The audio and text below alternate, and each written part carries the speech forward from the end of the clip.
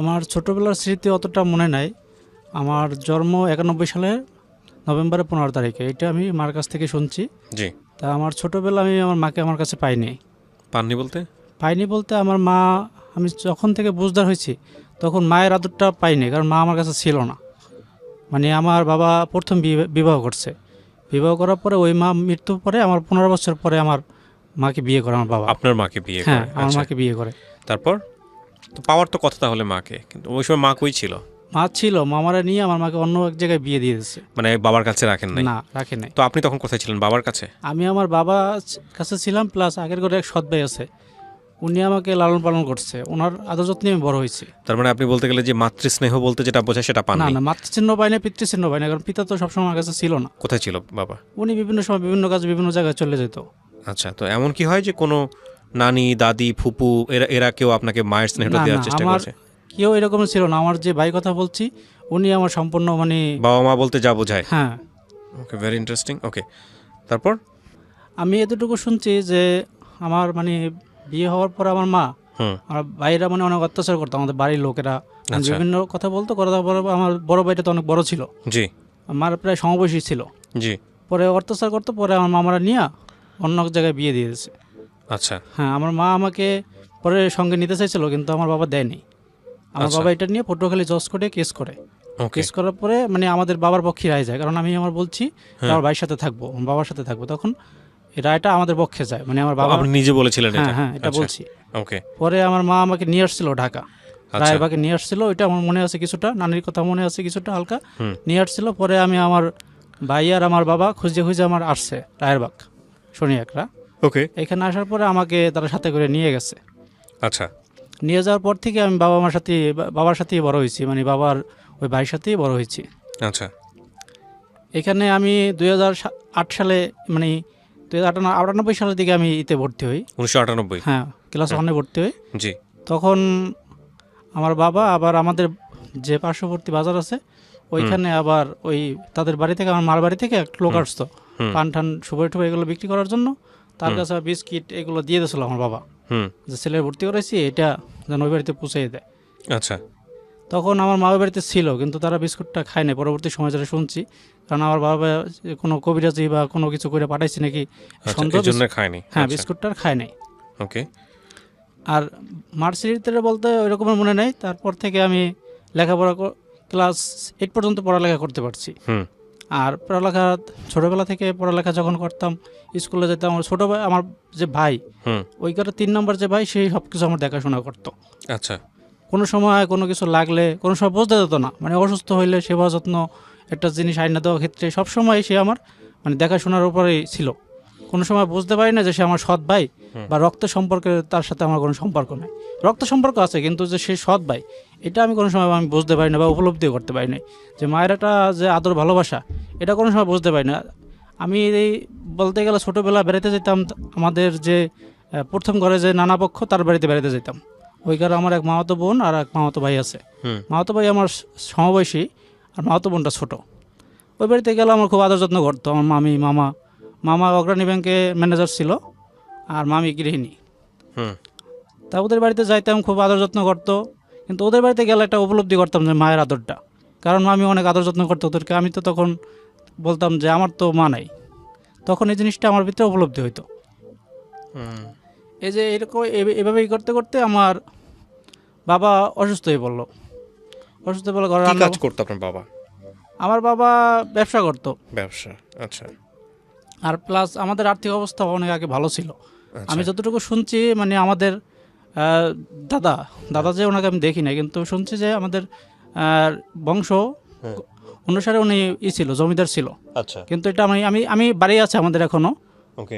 আমার অ্যান্ড্রয়েড নাই, তো আমি আপনাকে এই জন্য। জমিদার বাড়ি? হ্যাঁ হ্যাঁ, জমিদার বাড়ি আছে আপনাদের? আমার মানে যে পূর্বপুরুষদের? হ্যাঁ, পূর্বপুরুষদের। আচ্ছা, ইন্টারেস্টিং।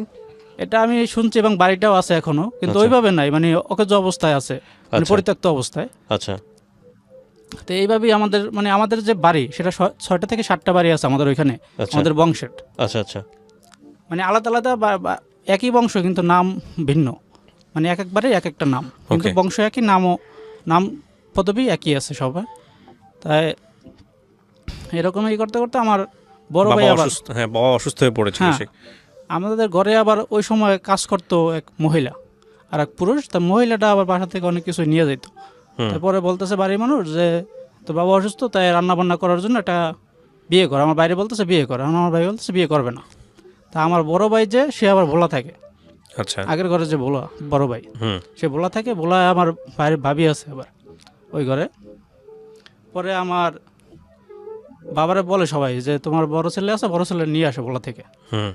পরে আমার যে এই ঘরে যে ছোট ভাই সে আবার যাইয়া তাকে নিয়ে আসে, বড় ভাই আর ভাবি সহকারে। হুম। তা আমার ওই ঘরে হচ্ছে 4 ভাই 1 বোন, আচ্ছা। আর আমি হচ্ছি পরের ঘরে ছোট, মানে আচ্ছা। টোটালে 5 ভাই 1 বোন আমরা। তারপরে নিয়ে আসার পরে আমার বাবার সংসারটা মোটামুটি ভালোই চলতেছিল। হুম। পরে আমার এই বড় ভাই বউ কিছুদিন পর পরে আমার ভাইয়ের সাথে বা আমার বাবার সাথে কথা কাটাকাটি করে চলে যায় ভোলাতে। হুম। চলে যাওয়ার পর এটা নিয়ে মানে খুবই খারাপ অবস্থা, রান্না বান্না করার লোক নাই, এই নাই। কে কে ঝগড়া করে?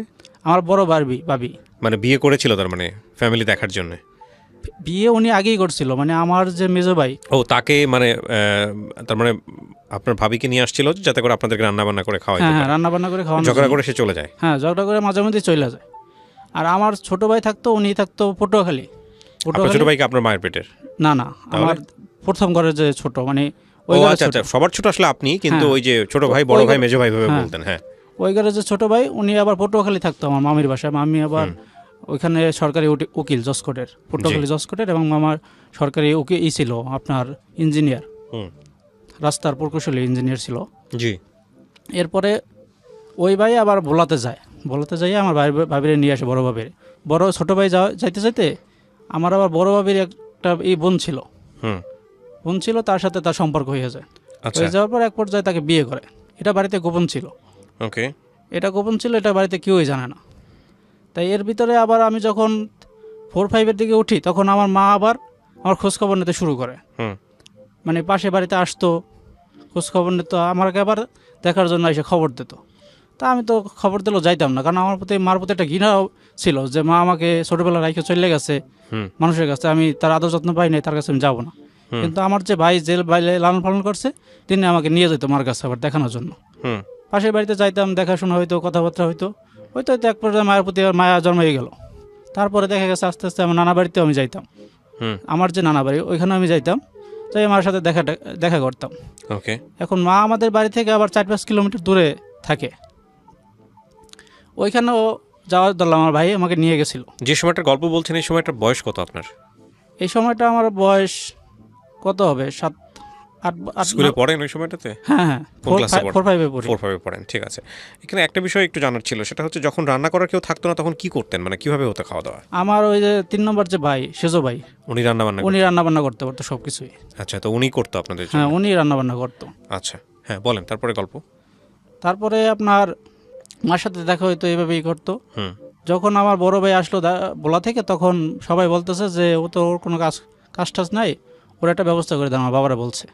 পরে আমার বাবা আমাদের যে বাজার, পার্শ্ববর্তী যে বাজার, সেইখানে তাকে দোকান দেওয়ার জন্য টাকা দিছে, দোকান দিচ্ছে। কাকে? সেজো ভাইয়ের জন্য? বড় ভাই, বড় ভাইয়ের জন্য? হ্যাঁ, একবার দোকানটা কার জন্য? বড় ভাইয়ের জন্য? বড় ভাইয়ের জন্য। বড় ভাই ভোলা থেকে বউ নিয়ে আসছে। হ্যাঁ। পরে দোকান ভালোই চলতেছে মোটামুটি। হুম। এখন ঘর থেকে ধান নিয়ে যায়, চাল নিয়ে যায়, দোকান নিয়ে বিক্রি করে ও বড় ভাই। ওকে। এইটার জন্য আমার বাবা আবার আমার সেজো বাইরে করতেছে, দোষারোপ করতেছে যে আমার সব কিছু আমার সেজো ভাই নিয়ে যেতে আছে এখান থেকে। আচ্ছা। মানে তারা দোষারোপ করে সরাই যেতে আছে। আর প্রথমত কথা হচ্ছে আমার সেজো বাইরে কেউ পছন্দ করতো না। আমার সেজো ভাই মানে একটু মানে জন্ম থেকে একটু অসুস্থ টাইপের, মানে বিভিন্ন রোগ ব্যাধিতে সে অসুস্থ, কিন্তু তারপর তো তার যে আত্মীয় স্বজন তারা পছন্দ করতো না। আর 1 নম্বর কারণ হচ্ছে সেটা সে আমাকে লালন পালন করার কারণে, মানে আমাকে যে ভালোবাসাটা দিয়েছে সে ভালোবাসছে। অন্য বাইরে আমার প্রতি অতটা না, ভালোবাসা তাদের প্রতি নাই, কিন্তু আমার ওই সেজো ভাই থাকার কারণে সেজো ভাইরা অনেকেই পছন্দ করতো না। আমার যে ভাইরা ছিল তারা কেউ পছন্দ করতো না, মানে আমার সেজো ভাইরে। তাই এরপরে আমার ছোটো ভাইয়ের বউ আইসা পড়ে আমাদের বাড়িতে। আগের ঘরে ছোটো ভাই বউ আইসা পড়ে, আইসা তো পরিচয় দেয় না যে বিয়ে হয়েছে, থাকতে আছে, করতে আছে, চলাফেরা করতে আছে, বলতেছে যে বিয়ে নাড়ছে, এভাবেই চলতে আছে। তা হঠাৎ করে আমার বড় ভাই বলতেছে কি তোর ভাই তো বিয়ে করছে। আমি বিয়ে করছে সেটা তো আমি সঠিক জানি না। হ্যাঁ, বিয়ে করছে। এখন এভাবেই কথাবার্তা চলতে আছে। এখন পরে শুনছি যে হ্যাঁ বিয়ে হয়ে গেছে। হুম এখন এইটা কেউ মান্য নিতে চায় না, আচ্ছা বাবা মানতে চায় না। কি জন্য? একজন আনছে তার জন্য এই সংসারে অশান্তি, হুম তা দ্বিতীয়বার তো অশান্তির ভিতরে কেউ যেতে চায় না। রাইট এখন এটা কেউ মানতে চায় না, পরে অনেক ই করার পরে মান্য নেছে, বড় ভাই ই করার পরে মান্য নেছে। তাই আমার ওই ভাই তো কোনো কাজকর্ম করে না। হুম আগে থাকতো পটুয়াখালী থেকে ওইখানে টেইলার্সে কাজ শিখছিল। হুম। আর বেশিরভাগ সময় সে পলিটিক্যালের সাথে যুক্ত ছিল, নেতামি করতো, এটার সাথে যুক্ত ছিল। তাই কোনো কাজকর্ম ওই সময় করতো না সে। হুম তাই আমি যখন ক্লাস 6-এ উঠছি 2003 সালে, জি তখন আমার বাড়িতে সমস্যা, মানে রান্নাবান্নার খুব সমস্যা। আমার ভাবি বলাতে আবার চলে গেছে। আচ্ছা এখন সবাই বলতেছে যে আমার যে সেজো ভাই, তাকে বিয়ে শাদী হ্যাঁ দিয়ে দাও। তাকে বিয়ে শাদী করানোর জন্য। হুম এখন বিয়ে শাদী করানোর জন্য বিভিন্ন জায়গা থেকে প্রস্তাব আসতেছে, মেয়ে দেখতেছে। তো এখন অনেকেই অনেক জায়গা থেকে দেখছে। তা আমার এক ভাই আছে আমাদের বাড়ির অন্য অন্য বাড়িতে থাকে। হুম তা উনি আবার এক জায়গায় কাজ করে, কন্ট্রাক্টারি কাজ করে, মানে স্কুলে, প্রাইমারি স্কুলের। জি ওটা বলে বোর্ড স্কুল। ওইখানে কাজ করে। ওইখানে ওই বাড়ির উপর দিয়ে এক বাড়ির উপর দিয়ে আসতে হয়। আসার সময় উনি একটা মেয়েরে দেখে আসছে। তাদের মানে মেয়ের চেহারা হিসাবে বেশি একটা ভালো না, কিন্তু বংশ পরিচয় মোটামুটি ভালো, আমাদের পরিবারের সাথে যায়। এরকমের এক জায়গায় দেখে তারপরে সে ওইখান থেকে বলে আইসা যে অমুক করে একটা মেয়ে আছে, যদি আমার বাবারে বলে যে আপনি যদি বলেন তাহলে আমি প্রস্তাব দিয়ে দেখতে পারি। হুম তা আমার বাবা বলছে যে ঠিক আছে, যেটা ভালো মনে করে সেটা করেন। হুম তো এইটাই করে সন্ধ্যার সময় মেয়ে দেখে আসছে, সেবারের লোকজন আসছে। রাত্রে প্রায় 9টার দিকে হুম বিয়ে হয়ে গেছে। তাই আমি তো তখন খুব কান্নাকাটি করছি, কারণ সবসময় আমার ভাইয়ের সাথে ঘুমাইছি করছি। আর আমার ভাই ছাড়া আমার কেউই ছিল না। ভাইয়ের সাথে আমি না ঘুমাইলে আমার ঘুমই ধরতো না। কোন ভাইটা? আমার যে সেজো ভাই, সেজো ভাই, যিনি রান্না বান্না করতেন। হ্যাঁ, যিনি রান্নাবান্না করতো, যে আমার লালন পালন করছে, তার সাথে না ঘুমাইলে আমার ঘুমই ধরতো না। সে করার থেকে অনেক সময় অনেক জায়গায় চলে যেত, গান শুনতে বা যাত্রা দেখতে, ওই সময় চলে যেত। কিন্তু পাশে একটা বালিশ রেখে চলে যেত, বোঝা যেত যে আমার ভাই কাছে আছে। হুম এরকমের করে রেখে চলে যেত সে। হুম বিয়ে হয়ে যাওয়ার পরে তো ভাই বউ উঠেই আনলো। এটা কি বেশ কিছুদিন পরে, মাস 2 পরে বউ, সেজো ভাই। হ্যাঁ, সেজো ভাই বউ উঠেই আনলো। হুম অনেক ধুমধাম করে বিয়ে শাদী অনুষ্ঠান হইলো, পরে উঠেই আনলো। মোটামুটি ভালোই চলতে আছে সংসার। হুম তাই এর মধ্যে আমার বড় ভাই তো আসছে বাড়িতে, জি বড় ভাইয়ের বউ তো চলে গেছে বলাইতে। আর আমার যে মেজো ভাই মাতারিপুরে একটা কোম্পানিতে চাকরি করে। আচ্ছা সেই ক্ষেত্রে সে আসে না বাড়িতে। আচ্ছা সে আমার যে ছোট মামা, তার বাড়িতে থেকে লেখাপড়া করছে। আচ্ছা ওইখান থেকেই আপনার মাদারীপুরে চাকরি হওয়ার পরে চলে গেছে। ওকে এখন বাড়িতে আর আসে না, বাবার সাথে ওইরকম যোগাযোগও তার নাই। আর বোন একজন আছে, বোন সবসময় থাকতো পটুয়াখালী আমার বড় মামানির কাছে। হুম বড় মামানি ওইখান থেকে সে ওই সংসার ওই মামানি সংসার দেখাশোনা করতো, কারণ মামানি তো চাকরি করতো, মামা চাকরি করতো, এবং কি মামার একটা ছেলে একটা মেয়ে আছে। হুম তাই ওই সংসার দেখাশোনার দায়িত্ব ছিল সে, আচ্ছা আমার বড় বোন। আচ্ছা তাই বড় বোন হয়েছে যে আমাদের মানে মেজো ভাইয়ের পরে, হ্যাঁ আর আমার সেজো ভাই হয়েছে তারপরে। ওকে মানে ভাই বোনদের ভিতরে 4 নম্বরে সে, আর ভাইগোর ভিতরে 3 নম্বরে। জি এরপরে বিয়ে শাদী হওয়ার পরে আসে আমার ভাবি আসে। ভাবি আসার পরে আমার ভাই আমার ভাবিরে বললে দিয়েছে যে আমার এই ভাই আছে, এই ভাইরে যদি তুমি দেখে শুনে রাখতে পারো, তারা যদি ভালোবাসা দিতে পারো আমার মতন, তাহলে তোমার আমি রাখবো না। এটা আপনার সেজো ভাই বলছে? হ্যাঁ, সেজো ভাই বল। আমরা যেখানটায় ছিলাম তারপর ওই থেকে আমার ভাবি আমার প্রতি খুবই যত্নশীল ছিল। অন্য ভাবিদের মতন যেরকম বড় ভাবি আমার কেয়ার করতো না, দেখাশোনা করতো না, ওই রকমের ছিল না। আমার সেজো ভাবি অনেক আদর যত্ন আমার করতো, এবং তাদের বাড়িতে গেলে যে আমি তাদের রক্তের সম্পর্কের না বা সৎ ভাই, তাদের শ্বশুর বাড়িতে গেলে ওই রকমের বুঝতে পারতাম না, কারণ সবাই অনেক আদর যত্ন করতো।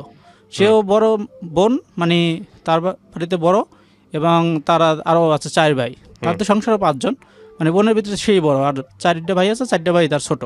জি এরপরে আমার বড় ভাইয়ের বউ বিয়ে হওয়ার পরে সেও চলে আসছে বলা থেকে। হুম বলা থেকে চলে আসার পরে সেও এখন আর যায় না, বলাতে যায় না। এখন দেখতেছে তার পায়ের নিচে মাটি নেই, কারণ এখন শ্বশুর বাড়িতে থেকে চলে গেলে তখন আর জায়গা হবে না তার। এখন আর সে যাইতে আসে না বলাতে। আচ্ছা পরে কিছুদিন পরে আবার আমার ছোট ভাইয়ের যে বউ, সেও আইসা পড়ছে।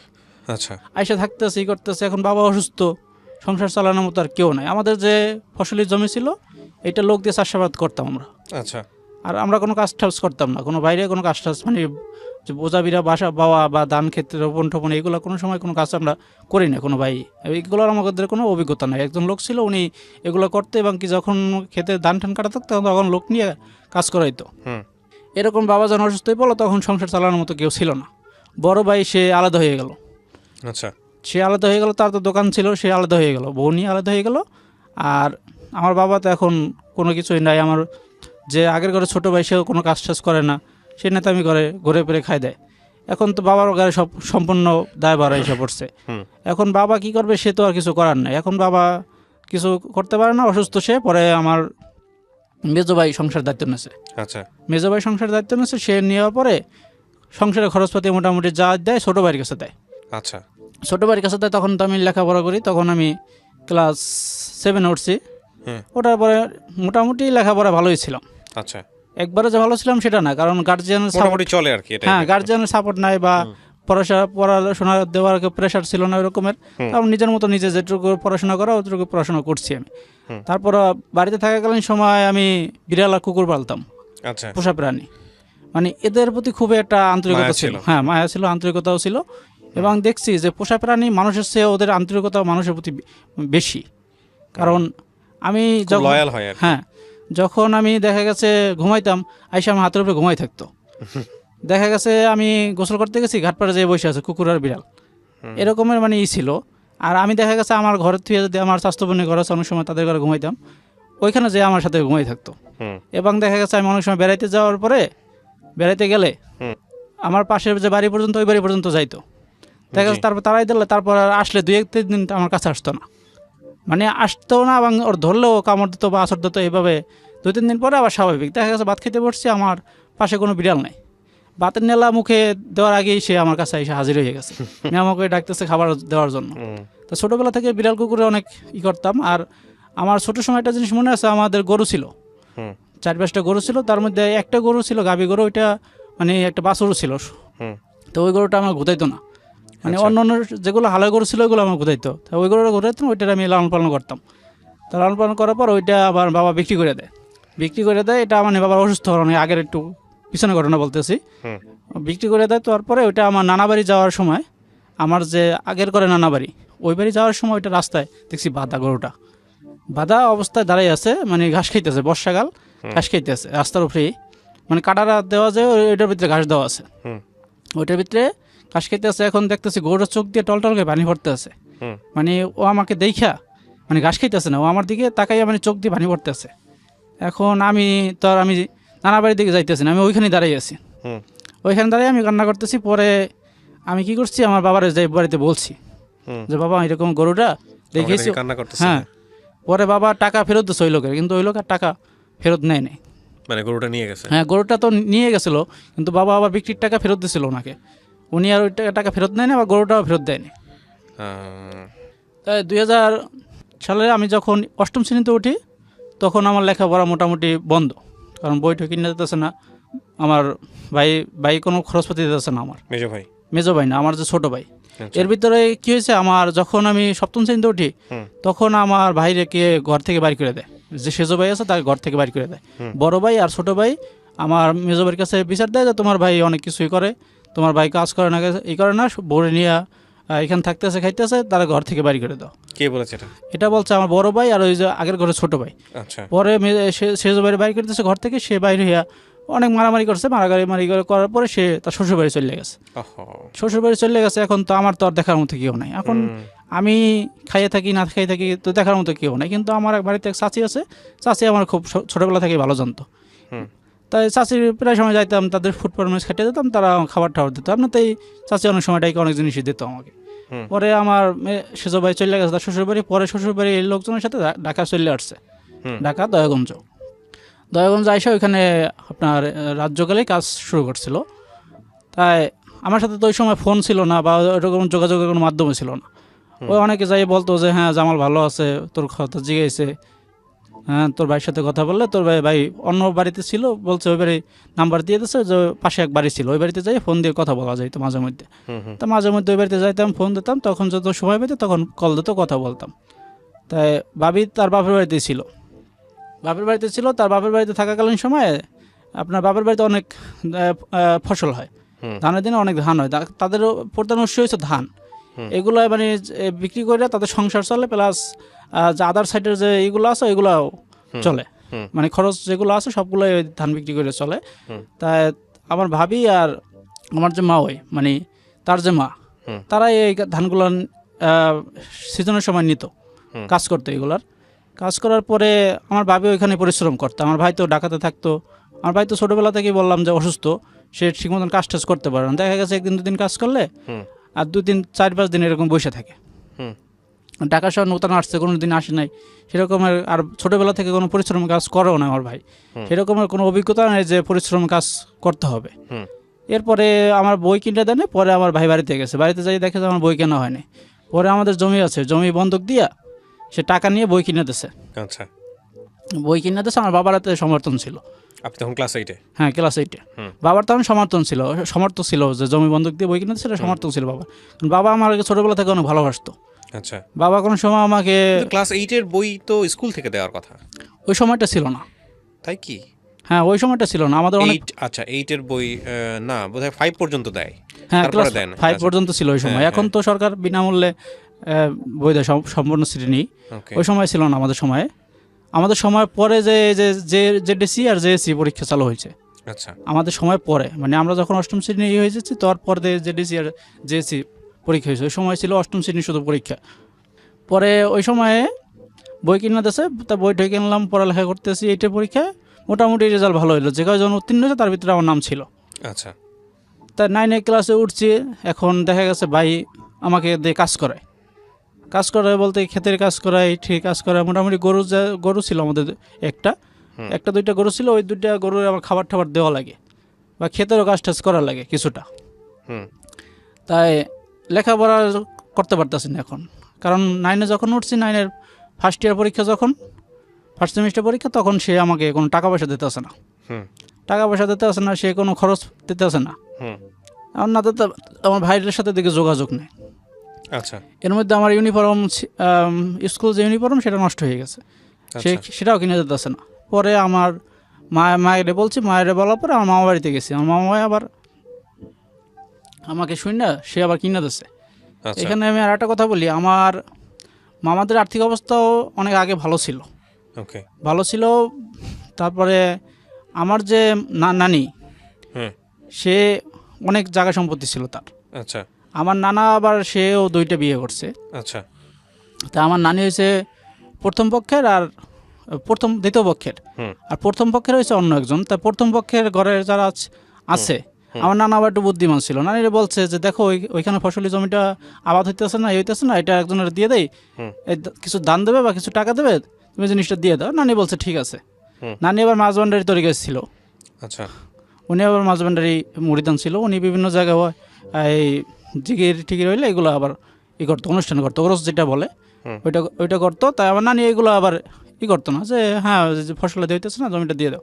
এরকম করতে করতে আমার নানির যতটুকু সম্পত্তি ছিল আমার নানা নিয়ে নেছে, এবং বাদ বাকিটা তাদের যে প্রথম পক্ষের সন্তান আছে তাদেরকে দিয়ে দিয়েছে। আমাদের এখন গ্রাম অঞ্চলের পরপারেই ওই জায়গার মূল্য আছে 2 থেকে 3 লাখ টাকা। আচ্ছা, গ্রাম অঞ্চলের অনুসারেই আচ্ছা, অনেকটা দাম এখন।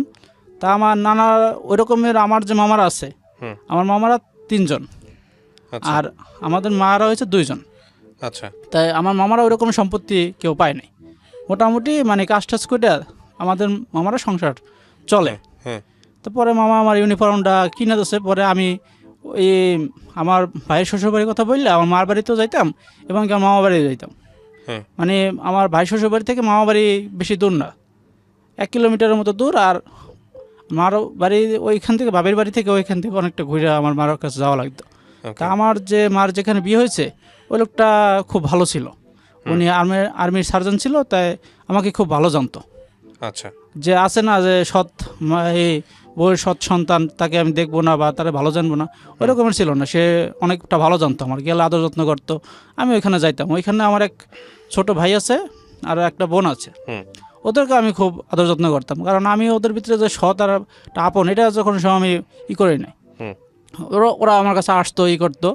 তাই ছোটো ভাইটা আমার জন্য খুব পাগল ছিল ছোটোবেলা থেকে। আমি যখন যাইতাম নানা বাড়ি বা মার কাছে যাইতাম, ও আমার কাছে দৌড়ে আসতো, ওর কথা বলতে করতো। কিন্তু আমার অতটা ভালো লাগতো না ওই সময়, যে এরা কে না কে আমি তো চিনি না, কারণ সবসময় তো আমি যাওয়া হয় না বা হয় না।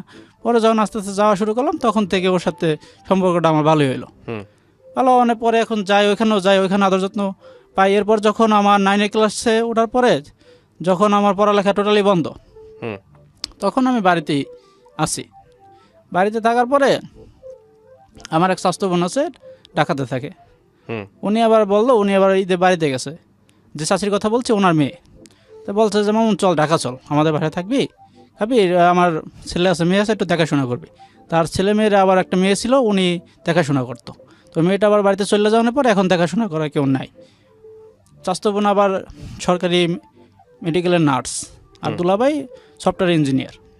আচ্ছা এখানে পরে আসি, ঢাকাতে আসি, আইসা ফার্ম গেটে ছিলাম ওনার বাসায়। হুম ফার্ম গেটে থাকার পরে ওইখানে ছিলাম প্রায় 5-6 মাস থাকার পরে ফার্ম গেট থেকে উনি বাসা চেঞ্জ করে মিরপুর 1 নম্বর হুম পানির ট্যাঙ্কি, ওইখানে ওনার সাথে যাই। যাওয়ানোর পরে উনি বলছিল যে তো ওকে নিয়ে গার্মেন্টসে দিয়ে দেবো, কাজটা শিখলে ভবিষ্যতে একটা কিছু করতে পারবে। হুম। তাই এখানে যাওয়ার পরে আমি তারপর বলি বন্ধুরা বলি যে আমাকে গার্মেন্টসে দিয়ে দেন।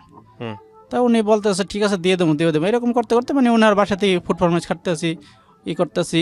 থাকার পরে একটা সময় সে আমাকে গার্মেন্টসে দেয়। ওনার বাসায় থেকে আবার একজনে লেখাপড়া করছে, হুম। লেখাপড়া করার পরে উনি আবার গার্মেন্টসের হুম। Accounts manager.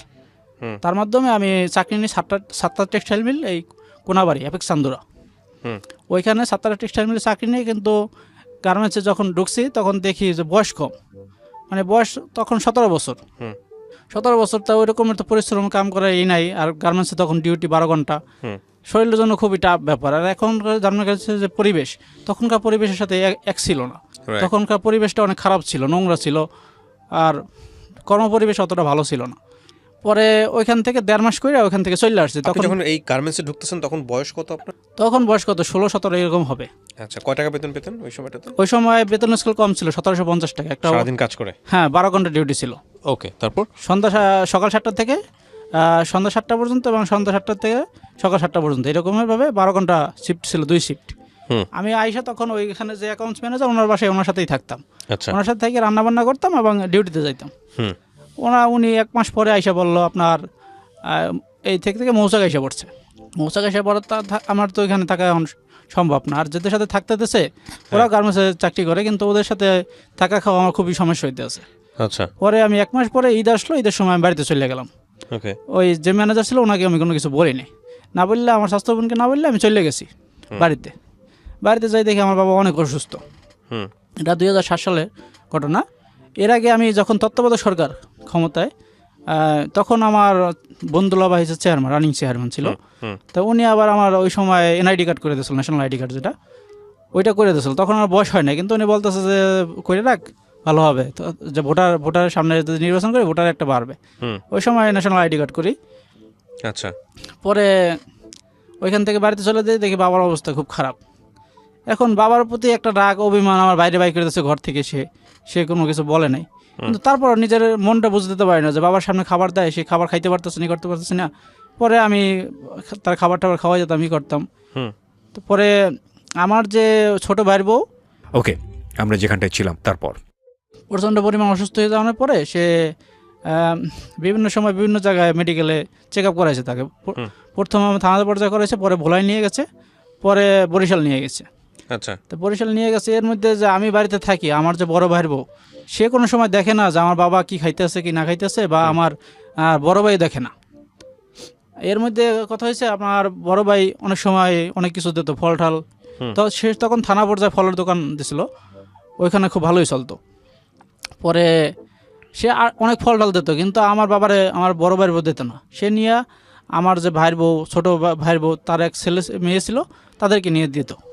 তা আমার বাবা আর আমি তো কিছু বলতে পারতাম না, কারণ আমাদের তো উপার্জন নাই বা বলার মতো কোনো নাই, ক্ষমতা নাই। এরকম করতে পারার পরে আমার বাবা প্রচণ্ড পরিমাণ অসুস্থ। আমার ভাই তখন ছোট ভাই যে, সে বাড়িতে নেই। তা আমি আমার ভাইরে ফোন দিছি যে এরকম ঘরে বাজার টাজার কিছু নাই, তাই কোনো কিছুই নাই যে বাবার জন্য কিছু রান্না করবো, কোনো কিছুই নাই। তা আমার ভাই বলছে ঠিক আছে, বাকি দোকান আছে। তা আমার বাকি দোকান আছে, সেখানে বলছে দোকান থেকে যাই যেটা লাগে নিয়ে আসিস। তা আমার বড় ভাই বলতে আছে যে ঘরে থাকে ঘরে খাও, তা আনতে পারো না কোনো জিনিস, তা সব কিছু ওর কাছে বলা লাগবে, ও কি সংসারে। এর মধ্যে তাই আমার ওই সময় শীত, প্রচণ্ড পরিমাণ শীত। শীতের সময় আমার শীতের পোশাকও পর্যন্ত সে কিনে দেয়।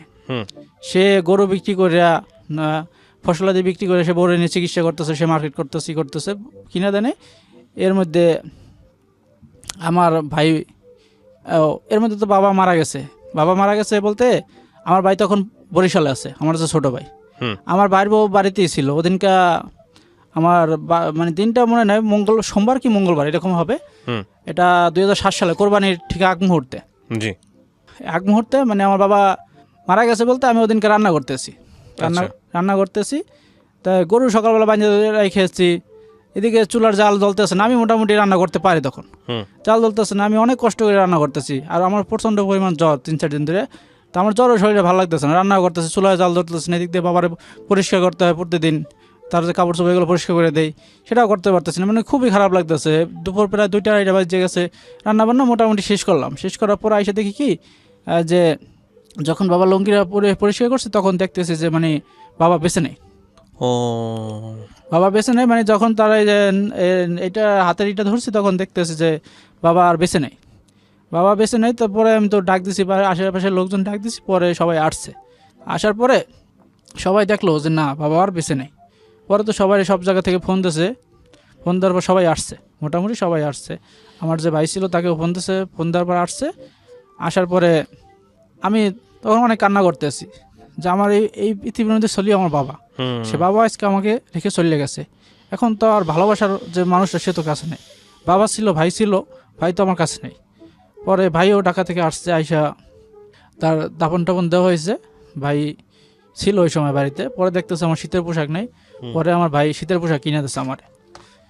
শীতের পোশাক কিনে দেওয়ানোর পরে সে আবার ঢাকাতে চলে আসছে। এটা 2007 শেষের ঘটনা। তাই আমি ওই সময় 8 সালে বাড়িতেই ছিলাম। 8 সালে বাড়িতে থাকার পরে আমার টিস্যু নিয়ে নেন, আপনার ওই বাম পাশের টিস্যু আছে। প্রিয় দর্শক এবং শ্রোতা, কিছু কান্নার শব্দ হয় না আসলে। হ্যাঁ, আপনারা যদি যারা রেডিওতে এই গল্পটা শুনছেন বা ইউটিউবে শুনবেন, তারা অনুভব করে নিন আসলে এই সিচুয়েশনটা, এই মোমেন্টটা। বলেন তারপর। পরে আমার ভাই আবার ঢাকাতে চলে আসছে। আমি ওই সময় বাড়িতেই আছি। আমার আবার যে স্বাস্থ্য চাচি, তার আবার ছেলে ঢাকাতেই থাকে। তা উনি তখন ইস্টার্ন ভিউ ওই যে পল্টনে এইখানে জব করে তখন। ভালো কোম্পানিতে আসলো গার্মেন্টসে। তো উনি বললো ওনারও ছেলে মেয়ে আছে 2জন। তো উনি বললো যেমন আমার সাথে চল ঢাকায়। পরে বললাম যে না, বাসা বাড়িতে আর ভালো লাগে না, কারণ স্বাস্থ্যবিহীন বাসায় ছিলাম, ওইখানে খুব খারাপ লাগছে, ভালো লাগতেছে না। পরে আর তার সাথে আসিনি। পরে আমার আর এক স্বাস্থ্য ভাই আছে, তার আবার জামাই কুয়েত থাকতো। কুয়েত থাকার পরে সে আবার দেশে আইসা রেন্টে গাড়ির ব্যবসা করবে, এই জন্য তার লোক লাগবে, গাড়ি দেখাশোনার জন্য লোক লাগবে। তা আমার স্বাস্থ্য ভাই বললো যে তুই আমার মেয়ে জামাইয়ের সাথে ঢাকায় চলে যাও, ওইখানে গেলে ভালো হবে। যদি ওইখানে থাকো তাদের আর্থিক অবস্থা ভালো হবে, যদি ড্রাইভিং শিখতে পারো তোর আর্থিক অবস্থা ভালো হবে। পরে স্বাস্থ্য ভাইয়ের সাথে ওই তার মেয়ে জামাইয়ের সাথে আমি ঢাকাতে আসি। নারায়ণগঞ্জ। আচ্ছা। নারায়ণগঞ্জ, এটা সিদ্ধিরগঞ্জ। ওইখানে আমি আসি। আসার পরে তাদের বাসায় কিছুদিন থাকি। থাকার পরে দেখা গেছে প্রায় 8-9 মাস ছিলাম ওইখানে আমি। 9 মাস থাকার পরে তাদের যে পারিবারিক যে কারোর সাথে একটা মিলবন্ধন এরকমের নয়, যে যার মতো থাকতে আছে, চলতে আছে, ফিরতে আছে, এরকমের। ওইখানে সে গাড়ি কেনে, আমার সেই ভাইস্তি জামাই। উনি গাড়ি কেনার পরে ওইখানে তার গ্যারেজে 4-5টা গাড়ি থাকে। আচ্ছা। ওই গাড়িগুলো দেখাশোনা করি, আমার কোনো কাজ নেই, ওইগুলো দেখাশোনা করি। আর ওইখানে আমি আবার ছোটোবেলা থেকে ক্রিকেট খেলতাম। আচ্ছা। ছোটোবেলা থেকে ক্রিকেট খেলতাম এবং খেলাধুলার প্রতি খুব মনোযোগী ছিলাম। আমার বাবা ছোটোবেলা থেকে আমাকে বল, ব্যাট এগুলো আইনে যেত, আমার ভাইও আইনে যেত। ওইখানে আইসা গ্রাম অঞ্চলে তো এরকম খেলাধুলার মতো পরিবেশ ছিল না, কারণ পোলাবান সবসময় কাজে ব্যস্ত ছিল ছোটো সময়। এখন তার পোলাবান যেরকম ঘুরে বেড়ায়, ওই সময় গ্রাম অঞ্চলের পোলাবান অনেক পরিশ্রম করতো, ক্ষেত খামারে কাজ টাজ করতো। পরে নারায়ণগঞ্জ আইসা এরকম সুযোগ পাইলাম খেলাধুলা করার। ওইখানে সকালে খেলি, বিকেলেও খেলি, এরকম খেলতে খেলতে মানে দিন চলে যায়। রাত্রেবেলায় ওই গ্যারেজে শুয়ে থাকি, গাড়ি এসে হরেন তুলো, আমার ঘুম ভাঙে না। হরেন দিতে তারপর ঘুম ভাঙে না, মানে এত প্রচণ্ড পরিমাণ ঘুমে থাকি। পরে ওইটা গেট খুলে যেতাম। তাই আমার ছোটোবেলা থেকে একটা জিনিস আমি সবচেয়ে উপলব্ধি করতেছি, যেটা আমি জীবনে যেটা নিয়ে কল্পনা করি বা যেটা নিয়ে ভাবি, সেটাই আমার জীবনে আসে। ছোটোবেলায় চিন্তা করতাম যে মা বাবা ছাড়া ওই হোটেলে কাজ করতে পোলাপান ছোটো ওদের দেখলে চিন্তা ভাবনা করতাম যে এরা কেন হোটেলে কাজ করে, এদের তো লেখাপড়ার বয়স। কিন্তু নিজে যখন লেখাপড়া ছেড়ে দিয়েছি তখন বুঝতে পারছি যে এরা কী কারণে আইসা দোকানে কাজ করছে বা অন্য জায়গায় কাজ করছে। অনেক সময় ছোটোবেলায় শুনতাম যে প্রেম করার কারণে অনেকে বিষ খাইছে বা সিগারেট খাইতেছে বা বিভিন্ন নেশাজাতীয় দ্রব্য নিতে আছে বা আত্মহত্যা করতেছে। তাই আমি সবসময় চিন্তা করতাম যেমন একটা মেয়ে যাতে আমার জীবনে আসে, সে সব দিক দিয়ে সুন্দরী, সুন্দরী এবং কি কোনো ছেলেদের সাথে তার রিলেশন যেন না থাকে। The bogus dream ever, bogus. মানে আমি আপনাকে কেন বলতেছি, বিয়ে করছেন, হ্যাঁ বাচ্চা কাচ্চা হয়েছে, হ্যাঁ আচ্ছা, এটা একটা ইউটোপিয়া অ্যাকচুয়ালি। মানে প্রত্যেকটা ছেলের মধ্যে এটা থাকে, প্রত্যেকটা মেয়ের মধ্যেই একটা থাকে, কিন্তু এই ড্রিমের জায়গাটা যদি মডিফাই করা যায় না, তাহলে অনেক ছেলে মেয়ের জীবনটাই অনেক সুন্দর হয়ে যাবে। আমি বিষয়টা নিয়ে কথা বলবো ইনফ্যাক্ট যদি প্রয়োজন হয়, কিন্তু একটু ইন্টারাপ্ট করলাম এই কারণে, কারণ গল্পটা কোথায় যাবে এই ফিলিংসের মধ্যে থাকবো কিনা, যে কারণে ইন্টারাপ্ট করা। না এটা এখানে থাকবে না, সেই জন্যই বলতেছি। আমার ম্যাক্সিমাম সময়ে আমাদের ছেলে মেয়েদের চিন্তা, একটা ছেলের চিন্তা হচ্ছে এমন একটা মেয়ে জীবনে চাই, অপরূপ সুন্দরী।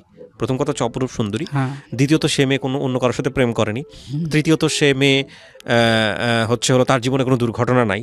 মানে এমন এক মানুষ, সে আসলে মানুষ না, তাকে রেডিমেড মানে মনে হচ্ছে কোনো একটা ফ্যাক্টরি থেকে তৈরি করে আমার সামনে হাজির করা হবে, এরকম হচ্ছে চিন্তা ভাবনা থাকে আমাদের। ঠিক একইভাবে একটা মেয়েরও চিন্তা ভাবনা থাকে টিনেজ বয়সে, যে আমি আসলে আমার জীবনে এমন একটা ছেলে চাই যে ছেলেটা হবে রাজপুত্রের মতো দেখতে, যে আমার চেয়ে 5 হাত লম্বা বেশি, মানে হোয়াট এভার ইট ইজ, বিভিন্ন রকমের ক্রাইটেরিয়া থাকে, দেখতে যথেষ্ট রকম সালমান খানের মতো মাসল বডি হবে, হোয়াট এভার ইট ইজ। এই যে ব্যাপারগুলা, এগুলা আমাদের টিনেজ লাইফের ফ্যান্টাসি। বাট ফ্যান্টাসি এবং রিয়েলিটির মধ্যে পার্থক্য হচ্ছে আকাশ আর মাটি। এখন মূল কথা হচ্ছে এইখানেই যে ধাক্কাটা আমরা খাই, সেটা বিয়ের আগে খাই অথবা বিয়ের পরে খাই, যে আমি ভাবছিলাম কি পাইলাম কি, এই দুই পক্ষের যে ধাক্কাটা, এই ধাক্কাটা মূলত আমাদের এই ফ্যান্টাসির কারণেই। তো এই ধাক্কার জায়গাটা একটু মডিফাই করা উচিত। এই মডিফাই করার জায়গাটা আসলে পরিবার থেকে আসা উচিত। কারণ আমাদের যদি স্বপ্ন হয় যে কোনো মানুষকে আমার জীবনে বেস্ট মানুষটাকে চাওয়া, তাহলে স্বপ্নটা এমনভাবে দেখা উচিত যে যেই মানুষটা আমাকে বাস্তবিক অর্থেই সুখী করতে পারবে। এখন সুখী করার জায়গাটা কিন্তু ওই সিনেমার মতো না, ইউটোপিয়া না। মানে সুখী করার জায়গাটা কি, সে আমার নিডটা বুঝবে, আমিও তার নিডটা বুঝবো, এবং দুজনে মিলে একটা সংসার জীবন। কত বছরের সংসার আপনার? আমার 7 বছর শেষ, 8 বছর। সংসার জীবন যে একটা আসলে মিশন, এটা তো মানেন, মানে দুজন মিলে তো আসলে এটা একটা সামনের দিকে আগায় নিতে হয়। এবং এই যে ফ্যান্টাসিটা থাকে সংসারে ঢোকার পরে, এগুলো থাকে না। তো এই জন্য স্বপ্নটা আসলে এটাই দেখা উচিত যে সংসার মানে হচ্ছে একটা মিশনের মধ্যে ঢুকতেছি এবং দুজনে মিলে যাতে আগায় নিতে পারি। এটা যারা আসলে সংসার করে তারাই বলতে পারবে, মানে আসলে it's not a fantasy, it's a great reality. চলেন তারপরে ওইখানে যাওয়ার পরে আমি সিকিউরিটি সার্ভিস চাকরি নিয়েছি। আচ্ছা, আমার ওই যে কাকা, উনি ছিল ওইখানে সুপারভাইজার। এটা আপনার অনন্য শপিং কমপ্লেক্স, ওকে, বাড়িধারা ডিওএসএস। এখানে ওনার সাথে কিছুদিন কাজ করার পরে এখান থেকে আবার চলে গেছি আমি, উনিও চলে গেছে, আমিও চলে গেছি। তারপরে আমি আরেকটা ঢুকছে, আমান প্রাইভেট লিমিটেড, আচ্ছা, বনানী 2 নম্বর সেক্টরে, এটার অফিস। এখানে ঢোকার পরে এখান থেকে পোস্টিং হয়ে বিভিন্ন জায়গায় কাজ করছি, গুলশানও করছি। করার পরে আমি এখান থেকে ওনারা পোস্টিং দিতেছে আমার মোহাম্মদপুরে। আচ্ছা, মোহাম্মদপুরে একটা বাসায় পোস্টিং দিতেছে, ওইখানে অনেকদিনই প্রায় 8-9 মাসের মতো ছিলাম। আচ্ছা, 8-9 মাস ছিলাম ওইখানে। একবার আগুন লাগছে ওই ফ্ল্যাটে, আগুন লাগছে, তখন আরেকজন ছিল ডিউটিতে, তো ডিউটি পরিবর্তন করছে, আগুন লাগছে। পরে উনি আমাকে ডাকতে আছে যে ওই নূর তোমাকে ডাকতে আছে, বলতেছে। আমি তো তারপরে বলছি যে আমি এখন গোসল করতেছি, আমি বাড়িতে পারবো না। পরে বলতেছে ম্যাডাম তোমার ডাকতে আছে। পরে আমি বলতেছে যে না, আমি এখন বাড়িতে পারবো না। কী কারণে ডাকতেছে সেটা বলেন আগে। উনি কিছুতেই বলেন না। পরে বলছে যে আগুন লাগছে। পরে ওইখানে যে কেয়ারটেকার উনি ছিল না, উনি একটা অনুষ্ঠানে গেছে, উনি আমাকে বইলে গেছে যে কোনো সমস্যা হলে আমাকে ফোন দিয়ে জানাইতে। ওনার আমি ফোন দিলাম যে এরকমের ফ্লোরে আগুন লাগছে, ওইখানে 5টা ইউনিট, মানে 20টা ফ্যামিলি থাকে, 5 তলা করে, আচ্ছা, A B C D, 5টা 20 জন মালিক থাকে ওইখানে। তাই ওনাকে আমি ফোন দিয়েছি, এটা আগুন লাগছে। বলছে যে কারেন্ট আছে, আমি বলছি যে না কারেন্ট নাই। আমি বলতেছি জেনারেটার চলতেছে, তো জেনারেটার হচ্ছে অটো জেনারেটার, জেনারেটার কারেন্ট গেলে অটো অন হয়ে যায়। পরে আমার বলছে যে অফ সুইচে অফ করো। অফ সুইচে অফ করার পরে তখন দেখতেছে যে কারেন্টে ব্রেকার আছে, ব্রেকার তো চালু আছে, কারণ কারেন্ট এসে বলে তো আবার আগুন জ্বলে যাবে। পরে আমি নিজের বুদ্ধিতে ব্রেকারটা বন্ধ করছি। ওইখান থেকে ধানমন্ডি 5 মিনিটের জায়গা, ফায়ার সার্ভিস স্টেশনে অনেকগুলো ফোন দিছি। আমার যেখানে সারারা ছিল তারা ফোন দিচ্ছে, আমি ফোন দিচ্ছি, কোনো ফোনই রিসিভ করে না। পুরো 25টা কল দেওয়ার পর আমার ফোন থেকে রিসিভ হয়েছে। রিসিভ করানোর পর ফায়ার সার্ভিসের লোকজন গেছে, এর আগে ইলেকট্রিশিয়ান D4-এ এটা আগুনটা সূত্রপাত হয়েছে, কিন্তু আগুনটা ধোয়া বেরিয়েছে D4 দিয়ে, কিন্তু আগুনটা লাগছে C4 নট ইম্পর্টেন্ট, হ্যাঁ আগুন লেগেছে, যাই হোক। তারপর পরে আগুনটা নিবান হয়েছে। ওইখান থেকে প্রায় ঈদের সময় আমি আবার বাড়িতে চলে যাই। আমার ফোন দিচ্ছে, বাবা অনেকদিন ধরে তো দেখি না, তোর সাথে ঈদও করা হয় না। ঈদে বাড়িতে তোর সাথে ঈদ করবো, কারণ অফিসে ছুটি দিচ্ছে, অফিসে আমার ছুটি দেবে না, কারণ আমি ছাড়া ওইখানে চলতেছে না, অ্যাপার্টমেন্ট চলে না। আমাকে সব সময় সব কাজেই স্যাররা ডাকে বা ম্যাডামরা ডাকে, আমার একটা বিরক্তি লাগে যে কাজ থাকার পরও না থাকার পরও আমাকে তারা ডাকতেছেই করতেছে, কাজ করাইতেছে, কারণ ওইখানে ম্যানেজার আগুন লাগার পরে আউট করে দিচ্ছে, তখন আমি পার্ট টাইম দেখাশোনা করতাম সব সময়। পরে ছুটি যখন অফিস না দিচ্ছে তখন আমি অন্য একটা ছেলেকে দায়িত্ব বুঝাই দিয়া আমার ডিউটি শেষ আমি আমার মতো ব্যাগ ট্যাগ আগে কাপড় চোপড় লন্ড্রিতে রেখেছি, ওখান থেকে নিয়ে বাড়িতে চলে গেছি। বাড়িতে চলে যাওয়ার পরে ওইখান থেকে আমি আবার স্যাররা ফোন দিতেছে, অনেক সময় ফোন দিতেছে, আমি আর আসিনি। আমার যে বেডিং পত্র আছে ওইটা আনার জন্য আমি আবার ওই অ্যাপার্টমেন্টে গেছি। অ্যাপার্টমেন্টে যাওয়ার পর ওই স্যার ছিল, উনি আবার কাশেম গ্রুপের দায়িত্বে আছে, কাশেম ডাইসেল যে, ওইখানে পরে আমি ওনার মাধ্যমে আবার কাশেম ডাইসেল চাকরি নেই, এপার টাওয়ার বনানি, এখানে ওটা হেড অফিস ছিল।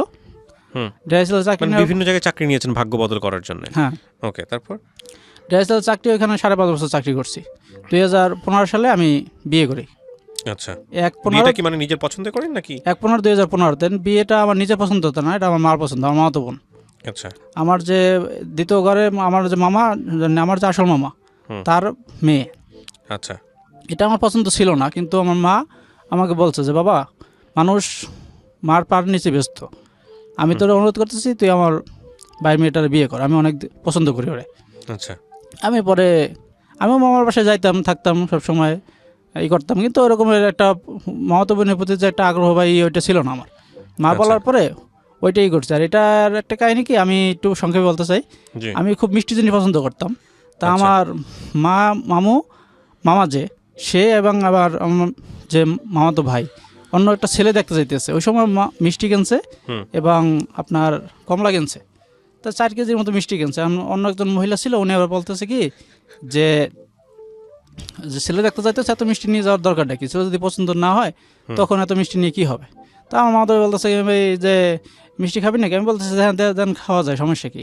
পরে আমি 2 প্যাকেট থেকে মিষ্টি খাইছি। মিষ্টি খাওয়ার পরে এখন ওই যে পাশে যে মহিলা ছিল, ওনার বাড়ি আমাদের পার্শ্ববর্তী থানায়, উনি আবার বলতেছে যে তুই এটা কী করলি, ছেলে দেখতে যেতেছে, মিষ্টি খেলি, তা এখন তো তোর মামাতো বোন বিয়ে করা লাগবে। আমি কী করেন, এটা তো এটা কথা, এটা কোনো সময় সত্য কথা না। পরে ঠিকই এই ঘটনার প্রায় 1.5 মাসে 15 দিনের মধ্যে আমার মামাতো বোনের আমি বিয়ে করি। মানে কি আপনি বলতে চাচ্ছেন যে মিষ্টি খাওয়ার জন্য ঘটনা? না, এটা জাস্ট ফান। ওকে, এটা 15 দিন পরে আমার মামাতো বোনের আমি বিয়ে করি। তাই অফিসে অনেক সময় অনেক বিষয় নিয়ে থাকে, তো এর মধ্যে আমি চাকরি সাসপেন্ড হয়েছিলাম 1 মাস 8 দিন। আমার বউ আবার ঢাকাতে থাকতো, বিয়ে করার পরে বাড়িতে গেছিল। বাড়িতে যাওয়ার পরে আমার মা আবার স্কুলে ভর্তি করে দিয়েছিল। এখানে সে একটা কথা বলা আছে, 5ম শ্রেণী থাকতে সে লেখাপড়া বন্ধ করে দিয়েছিল। হ্যাঁ, আমার মা নিয়ে তাকে 8ম শ্রেণীতে ভর্তি করেছে মাদ্রাসায়, এবং কি মাদ্রাসা লাইনের যে মাস্টার দিয়া কোরআন শরীফ এগুলো পড়াইটরে তার রেজাল্টটা ভালোই আসছিল, 4.33 আসছিল এটা পরীক্ষায়। আচ্ছা, তারপর সে লেখাপড়া করবে না, সে ঢাকাতে এসে পড়ছে, তার বাবা মার কাছে থাকবে, করবে। ঢাকাতে এসে সে গার্মেন্টসে চাকরি নিয়েছে, ওইখানেই মানে ছোটো একটা ফ্যাক্টরি ছিল, ওইখানে চাকরি নিচ্ছে। এবং আমিও ঢাকাতে তখন এই কাশেম ডাইসেল গোড়াইতে থাকতাম, ওইখানে চাকরি করতাম। ওইখানে থাকাকালীন সময় পরে বিভিন্ন সমস্যার কারণে আমি চাকরিটা ওইখান থেকে রিজেন দিয়ে দিই। মানে আমার বউ বলছে তুমি ঢাকাতে চলে আসো, তোমার ওইখানে যখন চাকরিতে বিভিন্ন সমস্যা হইতেছে তুমি ঢাকাতে চলে আসো। পরে ঢাকাতে চলে আসি, আসার পরে এখন থাকি ওইখানে থাকার পরে দেখা গেছে আমার বউ আর আমাকে জিগায় না, এটা হাত খরচার টাকা আছে যে আছে সেটা আর আমাকে দেয় না। এখন আমার যে ভাই ওইখানেই যায়, দয়াগঞ্জে যায়, তার কাছেই যায়, তার কাছ থেকে টাকা আনি, আইনা চলে করি। পরে আমি গাজীপুর, এখন বর্তমানে যেখানে আছি, এখানে একটা ফ্যাক্টরিতে যাই, ওইখানে যাই সিকিউরিটি চাকরি নেওয়ার পরে বোর সাথে আর যোগাযোগ না, অনেকদিন ধরে বোর সাথে যোগাযোগ বন্ধ, কারণ ঢাকাতে আইনার পরে সে আমার কোনো খোঁজখবর নেই। তার একটা বন্ধু লাভাই ছিল, সে আমাকে চাকরি দেওয়ার কথা বলছে, বা বলছে যে সে সিএনজি চালা, বলছে যে চাকরি যদি না দিতে পারি তার সিএনজি চালানো তোমায় শিখিয়ে দেবো। কোনো কিছুই করে নাই। আমি যখন দেখতেছি কোনো কিছু পাইতেছি না বা করতে পারতেছি না, তখন আমি যাইয়া ওইখানে আবার একটা মাধ্যমে ঢুকি। ওইখানে ঢোকার পরে ওইখানে 3 মাস চাকরি করি। চাকরি করার পর ওইখানে বেতন কম, 8 ঘন্টা ডিউটিতে প্রায় 8-9 হাজার টাকা আসতো, এটা চলতো না। পরে পার্শ্ববর্তী একটা গার্মেন্টস, এখন যেখানে বর্তমান রানিং চাকরি করতেছে, এখানে যাই ঢুকি। এখানে যাই ঢোকার পরে আমার 2 মাস পরে, আমার 2-3 মাস পরে ঈদের সময় আবার বাড়িতে যাই। বাড়িতে যাওয়ানোর পরে তখন দেখতেছি খুব খারাপ লাগতেছে, ওর সাথে দিকে যোগাযোগ নেই। পরে ওর সাথে যোগাযোগ করার পরে ওরা ঢাকা যেয়ে নিয়ে আসি গাজীপুরে। নিয়ে আসার পরে ও কিছুদিন ওইখানে চাকরি করে। হুম। চাকরি করার পরে ওর চাকরিটা 5-7 মাস করার পরে ছেড়ে দিচ্ছে চাকরি। হুম। কারণ আমি ওখান থেকে ছেড়ে দিয়েছি, কারণ ওইখানে সারাদিন নানা বিষয় এগুলো ভালো লাগতো না, হুম। হ্যারাসমেন্টের শিকার হইতাম।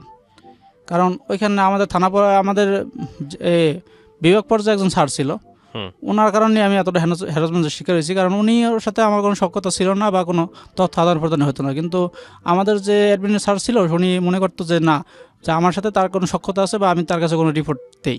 এই কারণে বিভিন্ন সময় হ্যারাসমেন্টের শিকার হইতাম তার কাছ থেকে। হুম। পরে আমি ওইখান থেকে চাকরি ছেড়ে দিলাম। চাকরি ছেড়ে দিয়ে অন্য একটা ফ্যাক্টরিতে জয়েন দিয়েছি। পরে আমাদের ওইখানেই পার্শ্ববর্তী ওইখানেই আবার ইলেকট্রিক একজন ম্যানেজার আছে, উনি আবার বললো যে উনি মুখে কই। হুম। পরে বলছে যে আরেকজনের কাছে জিজ্ঞেস করছে, বলছে ও চাকরি ছেড়ে দিচ্ছে। তখন আমার বাসা ফ্যাক্টরি কাছে। পরে স্যারে বলার পরে আমি আবার স্যারের সাথে যোগাযোগ করে পরে আবার ওইখানে পুনরায় ঢুকি। এর মধ্যে আমার বিয়ে করার পরে 2015 সালে বিয়ে করছি। 2018-19 সালে আমার ছেলে হয়েছে। আচ্ছা। ছেলে ঢাকা মেডিকেলে হয়েছে। আমার তখন শ্বশুরের বাসায় ছিল শনি একটা, তখন ঢাকা মেডিকেলে আমার ছেলে হয়েছে। হুম। তো ছেলে দেখার জন্য আমি ঢাকাতে আসছি। আইসা হসপিটালে গেছি, তখন আমার মাঝে মধ্যে আবার জন্ডিসের সমস্যা ছিল। ঢাকা এসে আমার শরীর আর চলতেছে না, জন্ডিসে পুরো আমার অবস্থা খুব খারাপ। পরে আমি ওইখানে এসে জন্ডিসও ঝাড়াইছি, একজন জন্ডিস খুব ভালো ঝাড়া এখানে, তার কাছ থেকে জন্ডিস ঝাড়াইছে এক মহিলা। আর ছেলেটাও দেখছি, মানে ছেলেটার প্রতি তখন অতটা ফিলিং ছিল না, অনুভূতি ছিল না। দেখে আসছি ছোটো একটা বাচ্চা, এটুকুই। ঢাকা মেডিকেল দেখে আমার তো ছুটি শেষ, আমি চলে গেছি গাজীপুরে চলে যাওয়ার পরে যখন ছেলেটা 1.5 মাস পরে গেছে আমার কাছে, তখন তার প্রতি একটা মায়া জন্মাইছে তার। মানে এখন ছেলে না দেখলে আমার আর ভালো লাগে না। যখন ডিউটিতে যায় মানে মনটা থাকে ওর কাছে, মানে ওরে না দেখলে আমার ভালো লাগে, কাজ করে না। তখন আমি একটা জিনিস উপলব্ধি করছি যে মা বাবা সন্তানকে কতটা আদর যত্ন করে মানুষ করে। এখন পরে ছেলে যখন আস্তে আস্তে বড় হইতেছে বা হইতেছে, তখন ছেলে ডাকতে আছে, কাছে আইতেছে, তখন সে আমার সাথে থাকতেই পারতেছে না, ছেলে আমার সাথে থাকতে পারতেছে না। আর আমার কাকা উনি আবার বাড়িতে ছিল। তো উনি তো এই আগস্টে মারা গেছে, যেখানে আমার মার বিয়ে হয়েছিল। তো উনি আবার আমার ছেলেটাকে খুব আদর যত্ন করতো, বাড়িতে যাইতো, খুব আদর যত্ন করতো। মাঝে মধ্যেই সেখানে যাই থাকতো আমার ওয়াইফ। এখানে থাকার পরে আমার এই ছেলের 1.5 বছরের মাথায় আবার আরেকটা বাচ্চা আসছে গর্ভে। তো এখন আমার আবার এদিকে আর্থিক অবস্থা খুব সংকটে আছি, টাকা পয়সা খুব সমস্যা, চলতে পারতেছি না। নিজের বেতনে তো 3 জন মানুষ চলা ঢাকা শহরে খুব টাফ ব্যাপার। এর মধ্যে মাঝে মধ্যে আবার বাইরে কিছু টাকা দেওয়া লাগে। ভাই অসুস্থ, সে কাজ করতে পারে না, মাঝে মধ্যেই কাজ করতে পারে না। তারপর মায়েরও কিছু খরচের টাকা দেওয়া লাগতেছে। এর ভিতরে আমার চলার জন্য খুব সমস্যা হয়ে গেছে। মাঝখানে তো করোনা আসছে, করোনার সময় তো ওটি সব কিছুই বন্ধ। বেতন নিয়ে খুব হিমশিম সংসারের ভিতরে আছি। ওইখানে প্রায় 40-50 হাজার টাকা আমি মানে দেনায় পড়ে গেছি, মানুষের কাছ থেকে আনিয়া চলছি। এখন ছেলে হওয়ার পরে তো ছেলেটা 1.5 বছরের মাথায় একটা সন্তান আবার যখন আসলো, তখন আমি বলছি যে না, একজনের আমার চালানো সম্ভব হইতেছে না, এটাকে আমি নষ্ট করে ফেলাম। মানে এই কথা আমি বউরেও বলছি। পড়ার পরে আমার খুব খারাপ লাগতেছে যে একটা সন্তান নষ্ট করবো, সেটা পাপের ভাগী আমি হবো, এটা তো ঠিক না। সে যখন উপর আল্লাহ সৃষ্টি করছে, একজনের যখন সৃষ্টি করছে, সে যখন আহার রুজি দিতে পারতেছে, এটা আমি দিতে পারবো। তখন চিন্তা করলাম যে না, এটাকে আমি নষ্ট করবো না, নষ্ট করে এটা ভালো জিনিস না। তখন আমি আর বাচ্চাটাকে নষ্ট করিনি। তখন আমি বাড়িতে পাঠাই দিয়েছি। বাড়িতে পাঠাই দেওয়ার পরে আমার মেয়ে সন্তান হয়েছে, এক ছেলের পর এক মেয়ে। মেয়েটার বয়স এই মার্চ মাসে 20 তারিখে 1 বছর হয়েছে। আর বর্তমানে চাকরি বাকরি নিয়েও খুব সমস্যার ভিতরে আছি, চাকরি বাকরি নাই, রিজন দিছি। এখন উপর আল্লাহ জানে কি, যখন বর্তমানে আছি। বর্তমানে জায়গায় চলে আসেন আপনি, আপনার গল্পের আপস অ্যান্ড ডাউনের জায়গাটা বলতে গেলে আপনার শৈশব। এছাড়া আর 10টা মানুষের জীবনে যা হয় আপনার জীবনে তাই হচ্ছে, একটা চাকরি না হলে আরেকটা চাকরি, এক জায়গা না হলে আরেক জায়গায় সুইচ করা। কেন বললেন এই গল্পটা? কেন বলছি, এর মধ্যে অনেকগুলো ছাড়িয়ে গেছি। যেরকম আমি মাঝে জুয়া খেলাইতাম। আচ্ছা। জুয়া খেলাইতাম মানে আমি ওই যে গ্যারেজে যেখানে ছিলাম বাইস্তিজ, আমার ওইখান থেকে আমি জুয়া শিখছি। টাস খেলা বলো, ওইটা শিখছি। ড্রাইসেলে বই আমি আবার এটা খুব খেলাইতাম। তাই আমি আগে কোনো সময় চিন্তা করি না যে আমি জুয়া খেলাবো বা খারাপ পথে যাব। আমি ওই সময় চিন্তা করি না যে আমি জুয়া কোনোদিন খেলাবো, কারণ সবসময় চিন্তা করতাম এই জুয়াটা পছন্দ করতাম না। বাইরে আমার খেলতো, আমি বাসায় যেয়ে তাকে বলতাম যে না, জুয়া খেলা যাবে না, এটা ভালো জিনিস না। আমি যে রিপোর্ট দিতাম বাসায়, সে আমাকে এই জন্যই আমাকে ওইখানে রাখে নাই। নারায়ণগঞ্জ থেকে চলে আসার আমার একমাত্র কারণ এইটা। পরে আমি যখন ড্রাইসেলে চাকরি করি, তখন এই জুয়ার সাথে আমি লিপ্ত হয়ে যাই। সেটা আমার প্রশ্ন ছিল যে কেন আপনি গল্পটা বললেন, কেন জুয়ার কথাটাই বা কেন আসতেছে? এটা খারাপ দিক আমার। এটা খারাপ দিক, খারাপ থেকে এখন আমি ভালো দিকেই আছি। মানে আপনার এই গল্পটা বলার পেছনে কারণ আছে কোনো, যে মানুষ আপনার এই গল্পটা থেকে কি শিখবে, আপনার কাছে কি মনে হয়? গল্পটা থেকে শেখার আছে যে খারাপ পথে যেন কেউ না যায়, পিতামাতারা যেন শ্রদ্ধা ভালোবাসা দেয়, কারণ সন্তানের বাবা মা অনেক কষ্ট করে লালন পালন করে। হ্যাঁ। কারণ আমরা সেটা উপলব্ধি করতে পারি, আমাদের সন্তানের দিকে তাকালে আমরা উপলব্ধি করতে পারি, কারণ আমাদের আপনি নিজে তো বাবা মা পান নাই, সে অর্থে আপনার সৌভাগ্য হয় নাই, মায়ের ভালোবাসা একদমই পান নাই, বাবার তো না পাওয়ার মতোই বলে চলে। হ্যাঁ এক মেজো ভাই ছিল, সেও তো ঘটনাক্রমে চলে গেল। তো এই জায়গাটাই কি আপনার বলার জায়গাটা, যে অনেক বড় একটা মিসিং, আপনি চাইলে হয়তো একটা খারাপ পথে চলে যেতে পারতেন, অন্যরকম একটা জীবন হতে পারতো, হ্যাঁ পারতো, সেটা না হয় নাই আপনার। হ্যাঁ, সেখান থেকে সম্ভাবনা থাকলেও একটু গিয়েও আবার ফিরে এসছেন। এটাই কি আসলে বলতে চান যে যারা শুনেছে তারা যাতে কখনো খারাপ পথে না যায়? খারাপ পথে না যায় এবং বাবা মারে যেন সম্মান করে, শ্রদ্ধা করে, ভালোবাসে। হ্যাঁ। কারণ বাবা মাই মানুষের প্রধান হাতিয়ার, মানে একজন দাঁড়ানোর জন্য, একটা সন্তান দাঁড়ানোর জন্য তারা একটা লাঠি। মানে এই বাবা মা। মিসিংটা আপনার মধ্যে ছিল। হ্যাঁ, আমি আমার সন্তান থেকে এটা উপলব্ধি করি যে আমি এখন সন্তানের যতটুকু আদর যত্ন ভালোবাসা দেই, জি। আমি এটা আমার পাওয়ার কথা ছিল, কিন্তু আমি পাইতেছি না। কিন্তু অন্য সব ছেলেরা যারা পাইয়াও বাবা মায়ের অবহেলা করতে চায়, বৃদ্ধাশ্রমে পাঠাই যেতেছে, তাদেরকে যত্নাদি নিতেছে না, এটা বলতে জি। চাইতেছি যে বাবা মা তোমাকে যেরকম আদর যত্ন করে বড় করছে, সেটা তোমার সন্তানের দিকে তাকালে তুমি বুঝতে পারতে পারো। কারণ সন্তান আমাদের অনেক রকমের প্রেশার দেয়, অনেক Right, রকমের দায়িত্ব right. তাদের পালন করা লাগে। তো Right. সন্তানের দিকে তাকাইলে আমরা বুঝতে পারবো যে আমার বাবা মা আমার ফিউচারে কতটুকু সে করছে। সেক্ষেত্রে তো আপনার তো আসলে অতটা দায় নাই, কারণ আপনি তো পান নাই। না, আমি পাই নাই, কিন্তু যারা রেডিও লিসেনার যারা শুনতে আছে ঘটনাটা, তারা তো উপলব্ধি করতে পারবে। উনি অনেকে আসলে ওনার মতো করে বলার চেষ্টা করতেছেন। আমি যদি এখানে একটু ইমপ্রুভ করি প্রিয় দর্শক এবং শ্রোতা, সেটা হচ্ছে যে বিষয়টাকে আপনারা যদি ভাবে ভাবেন যে উনি আসলে পায়নি, ওনার না পাওয়ার জায়গাটা সারা জীবনে একটা মিসিং, ওনার মধ্যে একটা হাহাকার আছে, এবং সেই জায়গা থেকে, এই হাহাকার থেকে একটা মানুষের খারাপ পথে যাওয়াটা অনেক সহজ, কিন্তু সেটাকে সে লালন করেছে বুকের মধ্যে অনেক যত্ন করে।